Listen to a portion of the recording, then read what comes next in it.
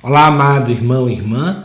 Vamos juntos estudar o versículo de número 24 do livro de Daniel, capítulo 9, que diz assim: 70 semanas foram fixadas para o teu povo e a tua cidade santa, para fazer cessar a transgressão e apagar os pecados, para expiar a iniquidade e instaurar uma justiça eterna, para sigilar visão e profecia, e para ungir o Santo dos Santos.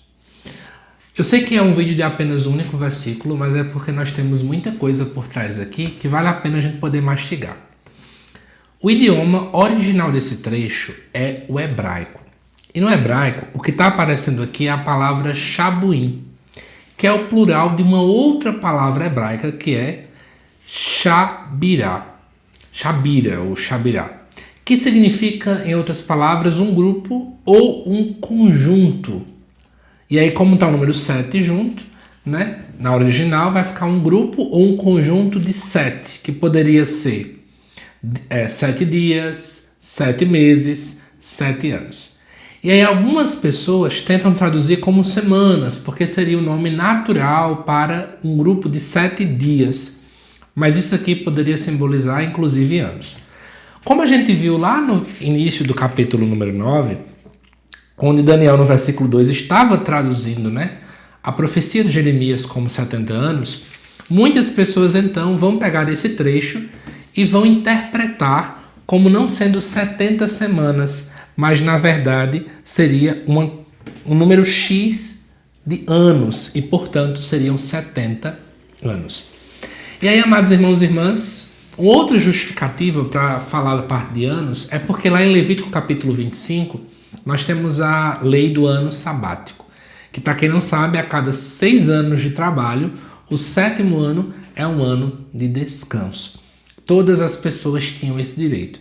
Então, se eu penso em 70 anos, seria uma ideia de um descanso sabático extraordinário, gigantesco. E para além disso, quando eu faço 70 vezes 7, que vai aparecer o número 490, é muito importante que a gente possa lembrar que para o povo judeu, 49 anos precedia o ano 50, que seria o dia do jubileu, o ano do jubileu. Então, se eu tenho 490 anos, dá para a gente poder associar que tudo isso prepara para um grande jubileu, um jubileu ainda maior do que todos os outros. Para além disso, as numerações também trazem significados bem importantes. O número 7 sempre costuma indicar perfeição. E o número 70, que seria 7 vezes 10, seria a plenitude máxima. Então nós estamos olhando para essa realidade nossa aqui como se fosse o tempo, o calendário perfeito, o tempo perfeito. De modo algum, Deus estaria atrasando. Mas atrasando o quê? Agora que eu já expliquei a numeração para vocês, precisamos recordar aquilo que está por trás do contexto do livro de Daniel. O profeta Daniel está exilado na Babilônia e ele estava fazendo sua oração no início do capítulo 9, perguntando quando é que Deus livraria o povo do exílio lá da Babilônia. Quando é que Deus iria salvá-los, resgatá-los. E aí o anjo então vem conversar, o anjo Gabriel vem conversar com Daniel e ele vai dizer que são 70 semanas para que o povo e a cidade santa possa cessar a transgressão, apagar pecados, expiar a iniquidade, instaurar a justiça, sigilar a visão e profecia e ungir o Santo dos Santos.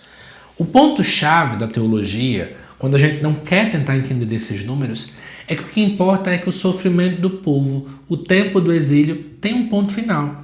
Existe um tempo limitado. Para todo e qualquer sofrimento humano, existe um fim. Nós não podemos colocar na nossa cabeça que o sofrimento ele é eterno. Mas o sofrimento para aquele que busca estar em Deus, ele tem um ponto final. Ele tem uma data de limite, uma data de vencimento, poderemos dizer assim. E aí, gente, é interessante a gente pontuar que tem muitos estudiosos que tentam entender essa numeração. Eu vou deixar isso para tentar explicar através de momentos históricos. A partir do próximo vídeo, a gente vai mastigar no versículo 25. Porque nesse versículo 24, ainda tem uma outra coisa muito interessante para a gente. que é a ideia de saber que quem faz tudo isso aqui que foi falado é a figura de Jesus. Por exemplo, quem é que expia a iniquidade? É na cruz. Jesus, na cruz, expia o pecado do mundo todo. O reino de Deus é um reino de justiça e ele foi inaugurado na figura de Jesus. Jesus Cristo também é esse ungido, como aparece aqui pra gente, a ideia de ungir o santo dos santos. O santo dos santos seria ou o altar, ou o templo, ou até o sumo sacerdote. Mas a ideia é que também quando a gente olha lá para o Novo Testamento, Jesus também é classificado como sendo o altar. Jesus também é classificado na carta aos Hebreus, por exemplo, como sendo o sumo sacerdote. Cristo é o ungido. Cristo é o Messias. Então, olha que coisa bonita. Enquanto Daniel estava apenas pedindo para acontecer de modo muito rápido a libertação do exílio babilônico, a libertação daquele cativeiro que o povo estava vivendo, nós estamos percebendo que Deus tem um plano muito maior. O pecado, então, não apenas seria perdoado, esquecido, mas quando diz aqui que vai apagar esse pecado e, portanto, expiar a iniquidade, a ideia é que o pecado será vencido definitivamente. Então, posso dizer para vocês que isso que é colocado aqui no versículo 24 alcança a sua plenitude, realmente se realiza na figura de Jesus Cristo. Inclusive, essa expressão sigilar, visão e profecia significa o cumprimento de tudo aquilo que Deus prometeu por meio dos profetas. É em Jesus que isso se cumpre. Claro, eu estou diante de uma leitura extremamente cristológica. Nós vamos ver nos próximos vídeos que existem pessoas que vão tentar entender, diante do contexto histórico da época, como é que o povo de Deus, naquele tempo, interpretou, entendeu estes versículos. Porque uma coisa, claro, é quando nós estamos lendo aqui hoje. Já sabemos do acontecimento de Jesus, já sabemos da encarnação do Verbo. Para nós existe uma outra visão. Mas e quando esse texto foi escrito, que Jesus ainda não estava no mundo, como as pessoas conseguiam ver e pensar sobre isso? Isso eu não vou responder aqui, mas apenas no próximo vídeo. Antes de deixar uma pergunta para vocês refletirem, já te convido a se inscrever no canal, deixar seu comentário, sua curtida e, acima de tudo, compartilhar esse material com mais pessoas, tá bom? Inclusive, se quiser receber os links aqui do canal diretamente no seu celular, entre no grupo do WhatsApp, que está o link aí na descrição. Como meditação para nós hoje, eu deixo para vocês a seguinte pergunta. Será que nós temos consciência de que Deus conduz a história segundo o seu plano? Se observarmos muito bem, enquanto Daniel estava pedindo, Deus já estava a conduzir. Nesse bloco perfeito, nesse bloco de plenitude perfeita, onde Deus está sempre no controle. Que Deus te abençoe e até o próximo vídeo para continuarmos o capítulo 9 de Daniel. Até mais.